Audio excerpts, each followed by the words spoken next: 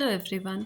तो जैसे कि मैंने बताया था आप लोगों को कि मैं फ़िलोज़फ़ी का नेट सेट के सिलेबस को लेके डिस्कस करूँगी और सारे टॉपिक बाय डिटेल्स जैसे डेप्थ में क्वेश्चन आता है वैसे मैं सारा चीज़ें डिस्कस करूँगी। तो सबसे पहले मैं जो चीज़ डिस्कस करने वाली हूँ that is the syllabus, that how you could manage the whole syllabus within 3 to 4 month. ठीक है, तो उसके लिए पहले हमें ये समझना बहुत ज़रूरी है कि ये जो 10 यूनिट्स हैं, ठीक है, आप देख रहे होंगे कि मेरा सिलेबस कुछ ऐसा दिख रहा है बिकॉज़ ये ऑब्वियसली मेरे बहुत दिनों का सिलेबस है। आई डोंट रिमेंबर कि मैंने ये कब प्रिंट किया था। पर ये मैं प्रिपेयर कर रही हूँ 2022 से। 22 में जो अक्टूबर वाला एग्ज़ाम था वो मैंने फर्स्ट दिया था। उसी साल फर्स्ट जो सेट हुआ था West Bengal set, I am from Kolkata, so West Bengal set वो दिया था। तो उससे पहले मैंने ये अपने मास्टर्स के बाद ये प्रिंट किया था, तो ये कम से कम बहुत दिन हो गया।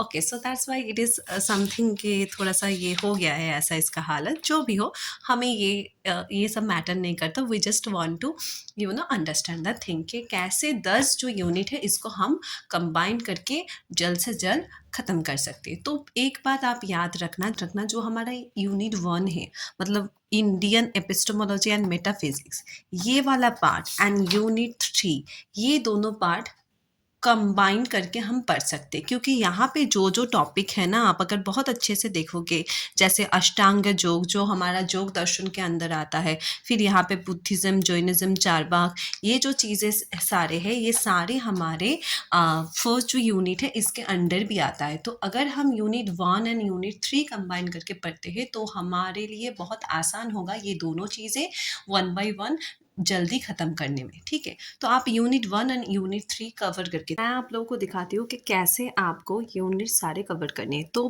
बेसिकली हमारा पहला यूनिट के अंदर आएगा, फर्स्ट में आएगा unit 1 which is Indian philosophy plus unit 3 which is Indian ethics. ये दोनों एक ही ब्रांच में आएंगे। ठीक है, सेकंड में यूनिट 2 मतलब वेस्टर्न फिलोसफी और उसके साथ ही यूनिट 6। क्यों यूनिट 6 इसके साथ ग्रुप होगा मैं बताती हूँ। ठीक है, उसके बाद ये तो हो गया। अब हमारा जो वेस्टर्न एथिक्स है वो, ठीक है, unit 4 plus unit 10 applied. Okay, after that इसके अलावा क्या होगा, इसके अलावा हमारा होगा जो यूनिट 7 है, social political Indian and social political western. Okay, हो गया सारे यूनिट 1 2 3 4 6 10 7 8। अब कौन सा बाकी रह गया, हमारे यूनिट 5 एंड यूनिट 9। अब बाकी क्या रह गया, यूनिट 5 एंड यूनिट 9। तो यूनिट 9 जो है थोड़ा सा कनेक्टेड है यूनिट 6 के साथ, बट फिर भी दिस इज सेपरेट।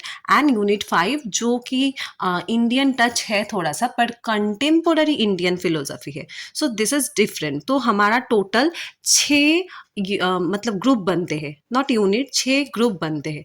तो हम अगर ऐसे करके पढ़ेंगे तो बहुत आसानी से हमारा सिलेबस जल्दी से ख़त्म हो जाएगा। ठीक है, तो हमें क्या करना है, सबसे पहले हमें ये टारगेट करना है कि जो हमारा ईजीएस्ट टॉपिक या ईजीएस्ट यूनिट है पहले हम उस पे फोकस करेंगे कि वो जल्दी से हम कंप्लीट कर लेते हैं। उसके बाद और उसके साथ ही साथ जो हमारा इम्पॉर्टेंट और बहुत ज़्यादा लेंदी जो जो यूनिट्स है, जैसे मैं आप लोगों को बताती हूँ कि कौन सा यूनिट बहुत सारे लेंदी है। जैसे कि आप बताओ तो यूनिट 1 ये थोड़ा सा लेंदी है, यूनिट 2 यूनिट 6 ये लेंदी है, यूनिट 5 ये भी थोड़ा सा लेंदी है, एंड यूनिट 9 भी, क्योंकि इसके अंदर बहुत सारे हमने जितने भी ग्रेजुएशन में पोस्ट ग्रेजुएशन में लॉजिक की हुए हैं तो वो सारी चीज़ इसके अंदर आएगा। तो ये भी चीज़ थोड़ा सा लेंदी है।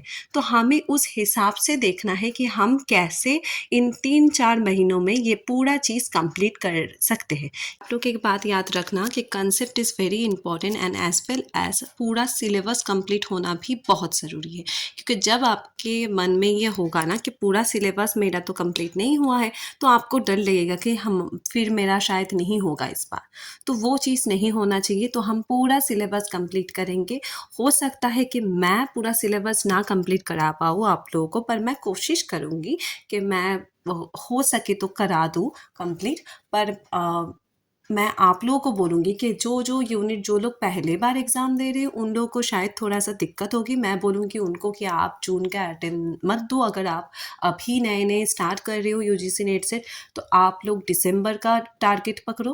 पर अगर आप लोग ऑलरेडी बहुत बार दे चुके हो तो फिर आपके तो बहुत सारे यूनिट, जैसे यूनिट 3 हो गया, यूनिट 7 एंड 8 हो गया, 4 हो गया, 10 हो गया, 9 हो गया, ये सब आप लोगों का फिर तो बहुत अच्छे से होगा।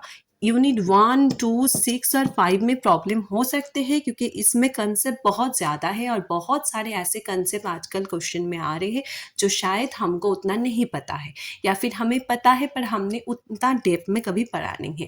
तो इसीलिए यूनिट 1, 2, 6 एंड 5 में हमें बहुत ज़्यादा प्रेशर देना पड़ेगा, उस पर बहुत ज़्यादा फोकस करना पड़ेगा, तब जाके हमारा अच्छे से जीआरएफ क्लियर होगा। ठीक है। फर्स्ट जो क्लास स्टार्ट करूँगी वो मैंने सोच रखा है कि मैं एक क्लास स्टार्ट करूँगी यूनिट 1 से और एक क्लास स्टार्ट करूँगी यूनिट 5 से।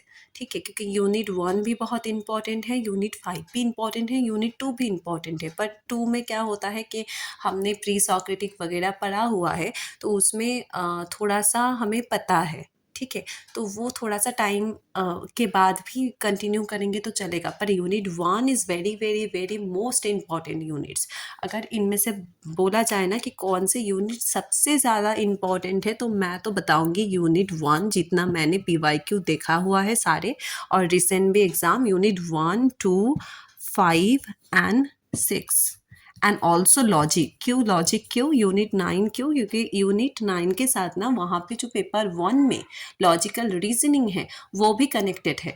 तो अगर आप ये यूनिट अच्छे से कवर कर लेते हो तो आपका पेपर 1 में भी अगर लॉजिकल रीजनिंग से 5 या 3 या 2 कितने भी क्वेश्चन आए वो भी आपका हो जाएगा। क्योंकि आपको अगर जीआरएफ अचीव करना है तो at least you have to get 250, यही टारगेट होना चाहिए। आप अगर सोचोगे कि मेरा टारगेट है 220, तो आपको शायद उससे कम ही आएगा, 200 आएगा।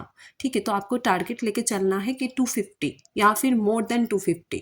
तो उसके लिए पेपर 1 जैसे अच्छे करना पड़ेगा, पेपर 2 भी आपको अच्छा ही करना पड़ेगा और सारे कंसेप्ट क्लियर होने चाहिए। एंड जितना हो सके उतना जो टॉपिक आप लोगों को पता है उतना रिवीजन करो, बस पढ़ते मत जाओ, रिवीजन करते रहो। ठीक है, मैं पीवाईक्यू भी सॉल्व कराऊंगी। रिसेंट जो हमारा एग्ज़ाम गया ना दिसंबर में, उसका मैंने सोच रखा है पीवाईक्यू भी सॉल्व कराऊंगी। तो मिलते हैं अगले क्लास में।